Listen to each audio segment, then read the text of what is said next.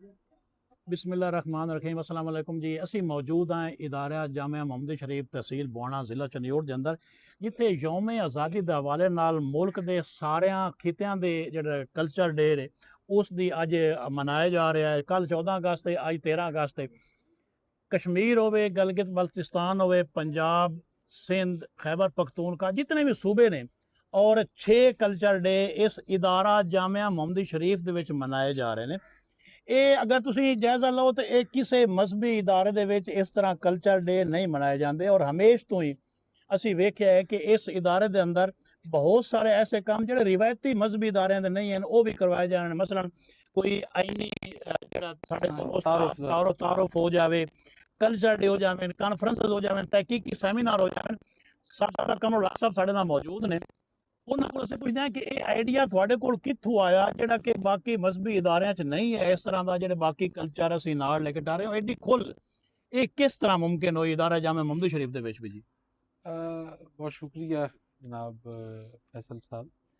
ये जोड़ा आइडिया है बेसिकली ਇਹਦਾ मकसद तो ये है कि ये भी तालीम का हिस्सा है। बेशक साढ़े कोल एक सिलेबस ਦੇ ਵਿੱਚ यानी पूरे मुल्क ਵਿੱਚ ਕਿਸੇ ਜ਼ਮਾਨੇ तारीख और जोग्राफिया ਦੇ भी एक सब्जैक्ट ਹੁੰਦਾ, उस कल्चर ਦੇ मुतलक जानकारी आना भी ये तालीम और इल्म ਦੇ हसूल ਦਾ हिस्सा है। ये ਜਿਹੜੀ सारी एक्टिविटी है समझो एक क्लास रूम है, ये भी एक पीडागोजी ऑफ एजुकेशन है कल्चर दी कि जी साढ़े असी ਜਿਹੜੇ मुल्क च रहंदे हैं ये मल्टी कल्चरल मुल्क है। बाकी तुसी दुनिया दे वेखो ना जी नेशन स्टेट्स जर्मन हैं तो वो जर्मन कल्चर ही है जी, फ्रेंच है तो फ्रांस वाले वो एक ही हैं। इसी तरह पुर्तगाल तो स्पेन आपस में ना लड़ते वो अलग हो गए। और वो हालांकि आइबेरियन पेंसिलवेला एक ही जोग्राफियाई लिहाज नाल एक ही अंडे की तरह है, लेकिन वो विचों पुर्तगाल छोटा जिहा मुल्क अलग है क्यों उन्होंने कल्चर और सारा कुछ ना रलता। लेकिन असी चूंकि एक मुख्तलिफ कल्चर्स के नाल इकट्ठे रह रहे हैं और साढ़े कोल बड़े यानी बिल्कुल मुख्तलिफ कल्चर्स हैं, सकाफत हैं, उन्होंने मुतलिक साढ़े एक बंदे नूं जानकारी दूए तक पहुँचाना जरूरी है। वो जरूरी। एक छोटी जी गल मैं होर भी दसना चाहना, इल्म है किसी भी इंसान दे अपने दौर दे हर तकाजे और हर मौजूद दी चीज़ का उहदे उत्ते अहाता करन दा नाम है। साढ़े कोल की हुंदा है कि असीं जिथे पैदा हुंदे हैं ना उत्थों दा जो कुछ है ना वो ही साढ़े इल्म विच है। सानू ही पता है भी है इतने असी है हुक्का पिया है ते है पर है सुराई पई ते ढोल ते जरा है जी। लेकिन जिहड़ी सानू साडे मजहब ने जिहड़ा सिखाया, तुसी दीनी दायरे दी गल कीती ना, मजहब ने सानू सिखाया कि तस्खीर कायनात, दीन ने दस्या कि डिस्कवरी करनी तुसी कि दुनिया दे की मज़ाहिर हैं।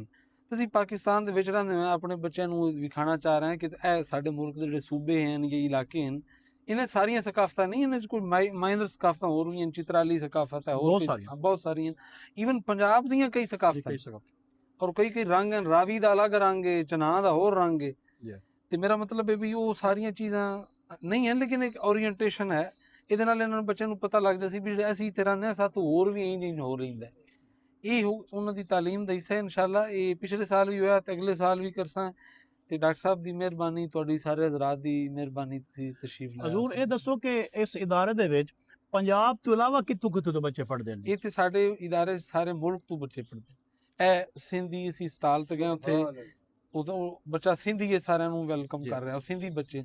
ਇਸੇ ਤਰ੍ਹਾਂ ਅਸੀਂ ਆਜ਼ਾਦ ਕਸ਼ਮੀਰ ਦੇ ਗਏ, ਅਸੀਂ ਖੈਬਰ ਪਖਤੂਨਖਵਾ ਦੇ ਸਟਾਲ ਤੇ ਗਏ, ਪੰਜਾਬ ਵਿੱਚ ਅਸੀਂ ਖੁਦ ਬੈਠੇ ਹਾਂ। ਗਿਲਗਿਤ ਦੇ ਬੱਚੇ ਵੀ ਜੀ ਬਿਲਕੁਲ, ਜੀ ਗਿਲਗਿਤ ਦੇ ਬੱਚੇ ਵੀ ਜੀ ਉਹ ਮਤਲਬ ਉਹਨਾਂ ਦਾ ਇੱਥੇ ਕਲਚਰਲ ਐਕਸਚੇਂਜ ਹੈ, मतलब आंदे रहते हैं गिलगित तो लोग आते रहते हैं। आज़ाद कश्मीर दे सारे एक कौमी इदारा है और ये बनाने का मकसद ये है कि यानी पाकिस्तान दे जितनी भी कौमीयत हैं उन्होंने यकसां तालीमी खिदमत की जाए और उन्होंने मजहब मसलक तो हट के साढ़े इत्थे रीत है, साढ़ा ये सारा कल्चर का हिस्सा है। इत्थे बड़े बड़े बुजुर्गान दीन और बड़े बड़े सातों ज़्यादा मुत्तकी और सातों ज़्यादा परहेजगार लोग, सातों ज़्यादा अहले इल्म लोग इस धरती ते रहन। तुसी सूफिया का नाम लो तो अगर वो सूफियान तो उलमा भी बहुत बड़े हैं। तुसी हज़रत बाबा फरीदुद्दीन मसूद गंजे शक्कर नूं सिर्फ सूफी के तौर पर नहीं समझ सकते, वो बहुत बड़े यानी आलिम भी हैं और उन्होंने उलूम इस्लामिया शरीया के उत्ते बहुत गिरफ्त था और इस तरह 100 नाम मैं गिन सकती। उन्होंने ਜਿਹੜੀਆਂ ਚੀਜ਼ਾਂ ਇੱਥੇ ਮਾਯੂਬ ਆਨ ਉਹਨਾਂ ਤੇ ਨਾ ਸਿਰਫ ਤਨਕੀਦ ਕੀਤੀ ਬਲਕਿ ਉਹਨਾਂ ਨੂੰ ਖਤਮ ਕਰਨ ਦੀ ਵੀ ਕੋਸ਼ਿਸ਼ ਕੀਤੀ, ਜਿਹਦੇ ਚੋਂ ਕਈ ਹੱਦ ਤੱਕ ਕਾਮਯਾਬ ਵੀ ਹੋਏ। ਤੁਸੀਂ ਜਿਵੇਂ ਗੁਫ਼ਤਗੂ ਸੁਣੀ ਸਾਹਿਬਜ਼ਾਦਾ ਮੁਹੰਮਦ ਕਮਰ ਉਲ ਹਕ ਸਿਆਲਵੀ ਸਾਹਿਬ ਦੀ, ਅੱਲਾਹ ਤਾਲਾ ਇਹਨਾਂ ਦੀ ਜ਼ਿੰਦਗੀ ਕਰੇ, ਔਰ ਇਸ ਤਰ੍ਹਾਂ ਹੀ ਜਿਹੜੀ ਖੁੱਲ ਬੱਚਿਆਂ ਨੂੰ ਹੈ, ਜਿਤਨੇ ਕਲਚਰ ਬੱਚੇ ਮਨਾ ਰਹੇ ਨੇ ਉਹ ਸਾਰੇ ਇਹ ਹਮੇਸ਼ਾ ਇਦਾਰੇ ਦੇ ਵਿੱਚ ਇਹ ਚੀਜ਼ਾਂ ਮਨਾਉਂਦੇ ਰਹਿਣ।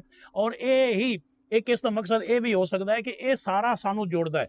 ਜਿਵੇਂ ਅਸੀਂ ਵੱਖਰੀਆਂ ਕੌਮਾਂ ਬਣ ਗਏ ਹੈ, ਪਾਕਿਸਤਾਨੀ ਘੱਟ ਹਨ, ਇਹ ਸਾਰੇ ਜਿਹੜਾ ਇਸ ਕਲਚਰ ਨੇ ਇਹ ਸਾਰੇ ਰਲ ਕੇ ਇੱਕ ਪਾਕਿਸਤਾਨ ਬਣਦਾ ਇਸ ਤਰ੍ਹਾਂ ਔਰ ਜਿੱਤਣ ਤੱਕ ਇਹ ਕਲਚਰ ਆਪੋ ਆਪਣੀ ਜਗ੍ਹਾ ਤੇ ਨਹੀਂ, ਇਹਦਾ ਮਤਲਬ ਹੈ ਕਿ ਪਾਕਿਸਤਾਨ ਵੀ ਆਪਣੀ ਜਗ੍ਹਾ ਤੇ ਨਹੀਂ, ਕਲਚਰ ਆਪਣੀ ਜਗ੍ਹਾ ਤੇ ਕਾਇਮ ਹੈ ਤੇ ਮੁਲਕ ਵੀ ਸਾਡਾ ਕਾਇਮ ਦائم ਹੈ, ਔਰ ਇਨਸ਼ਾਅੱਲਾ ਇਹ ਮੁਲਕ ਕਾਇਮ ਦائم ਰਾਸੀ ਇਸ ਵਾਸਤੇ 14 ਅਗਸਤ ਮਨਾਇਆ ਜਾ ਰਿਹਾ ਹੈ। ਇਹ ਫੁੱਲ ਜਿਹੜੇ ਨੇ ਮੁਖਤਲਿਫ ਹਨ, ਇਹਨਾਂ ਦੇ ਰੰਗ ਮੁਖਤਲਿਫ ਹਨ, ਖੁਸ਼ਬੂਆਂ ਮੁਖਤਲਿਫ ਹਨ, ਲੇਕਿਨ ਇਹਦੇ ਉੱਤੇ ਜਿਹੜੀ ਤਾਰ ਚੜੀ ਹੋਈ ਨਾ ਜੀ ਉਹ ਪਾਕਿਸਤਾਨ ਦੀ ਔਰ ਉਹ ਕਲਮੇ ਦੀ ਹੈ ਔਰ ਉਹ ਲਾ ਇਲਾਹਾ ਇल्लल्लाह ਦੀ ਹੈ।